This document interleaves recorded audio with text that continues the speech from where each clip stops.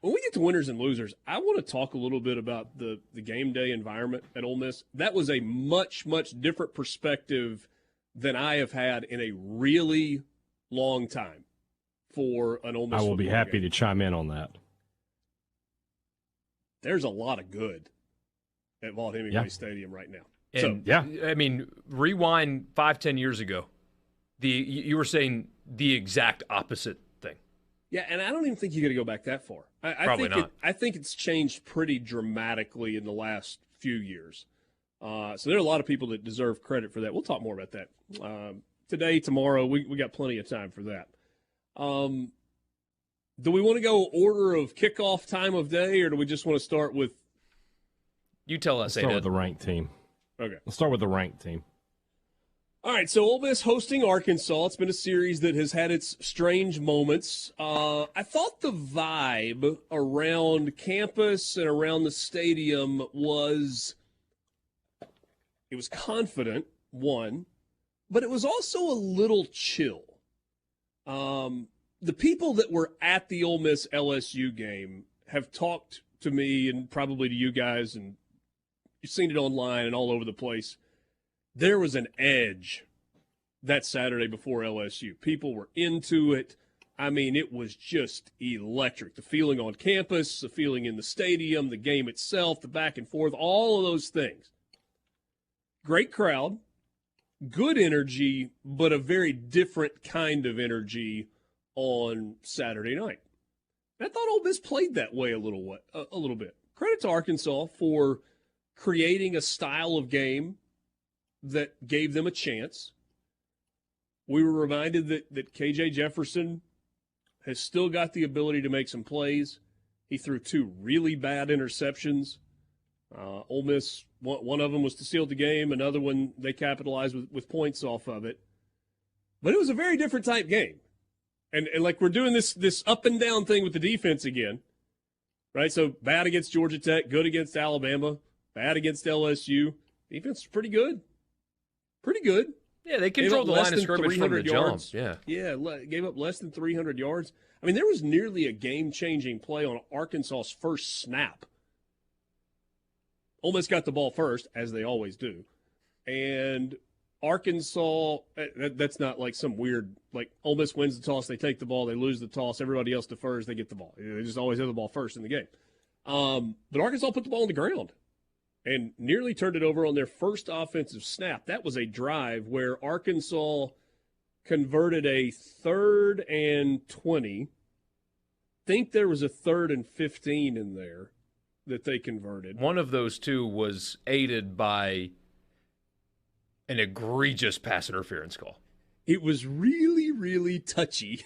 And it was so late too. I mean, Sam Pittman must have just said the right thing. Was like, "Hey, buddy, I've got those pictures of you. Don't forget." And he was like, "Oh shoot, got to throw the flag." Yeah.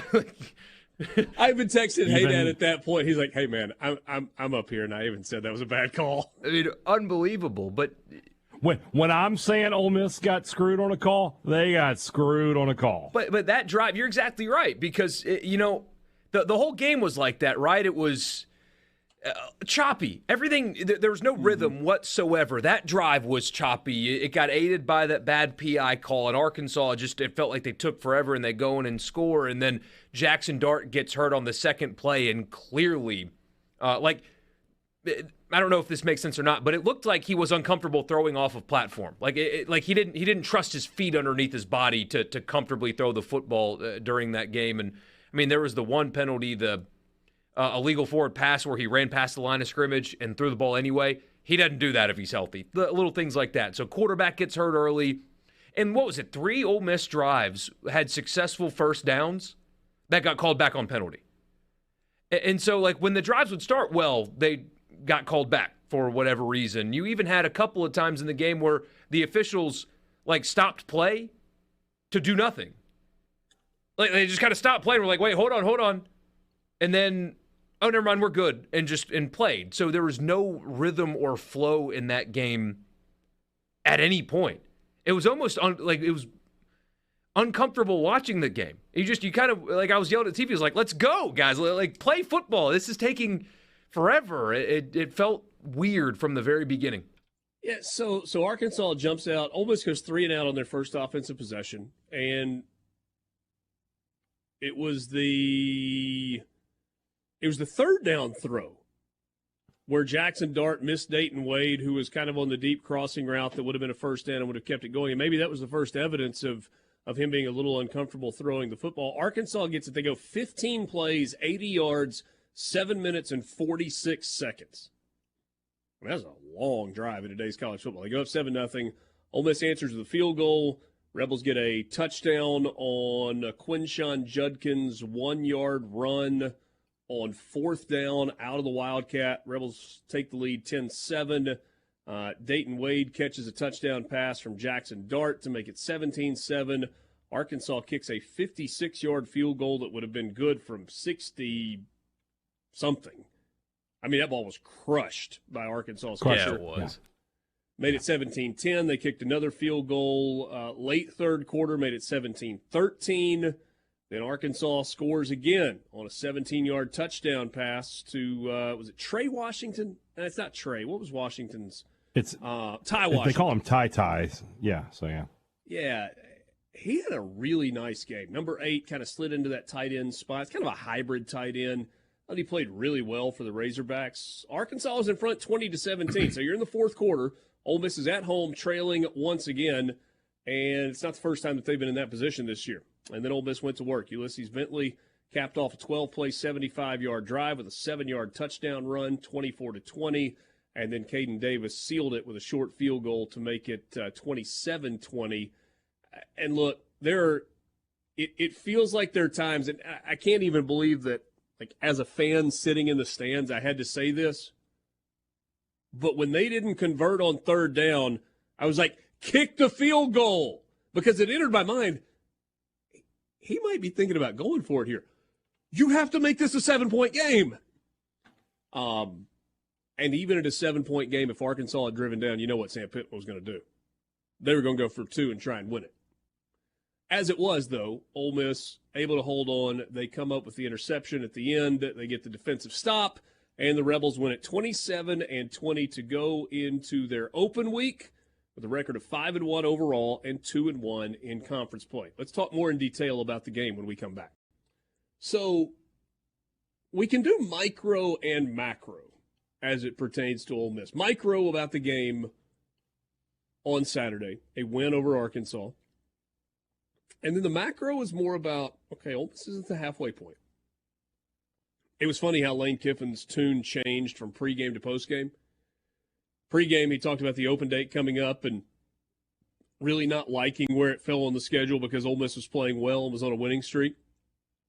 Postgame, he said, my opinion has changed after Jackson Dart was hurt early in the ball game, and Trey Harris was injured in the game as well. Didn't go into detail about either of those injuries, but he did on his weekly Sunday night teleconference with reporters last night say that he expected both to be fine when Ole Miss next takes the field against Auburn. So it was a schedule that set up for a good start. You knew there was a significant challenge in playing Alabama, but it was a 3-game stretch, right, of Alabama, LSU, Arkansas, all 3 SEC games. And people were all over the map with these 3 games. There are a lot of people that said you lose to Alabama, you lose to LSU. Those are just better teams, better programs. You beat Arkansas because it's at home. There were some that said, well, look, I mean, if you lose to Alabama and to LSU, the team's going to be so deflated, you're going to mess around and lose to Arkansas. You had the most optimistic people like Bo in Indianola who told us in the summer, he reminded us of this today, that Ole Miss was winning 2 of 3 this year against Alabama, LSU, and Georgia. Well, they're at 1-1, Bo, so you got a 50-50 chance on being right on your prediction. But Ole Miss was able to avoid an Alabama hangover. They didn't cause the loss at Alabama to beat them twice. They won a shootout in a wild game against LSU. And then they came back on Saturday and they won a very different type game against Arkansas. And to me, there's some maturity that shows in your football team when you're able to win different types of games.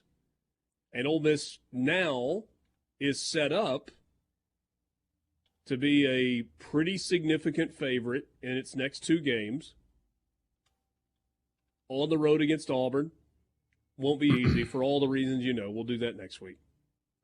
And then at home against Vanderbilt, who is just abysmal. And then on November 4th, you got A&M rolling in. What's Texas A&M going to be at that point? They gave up 50 in a loss to Miami. They played poorly at home in a loss to Alabama. Now they're headed to Knoxville with Tennessee coming off an open date. Yeah. I have a sizzling hot take, maybe even an overreaction about Texas A&M. Okay. You want to hear it? I wonder if I know where you're headed with this. Let me hear it. They're going to play Tennessee on Saturday. Mm-hmm. They're going to lose that game.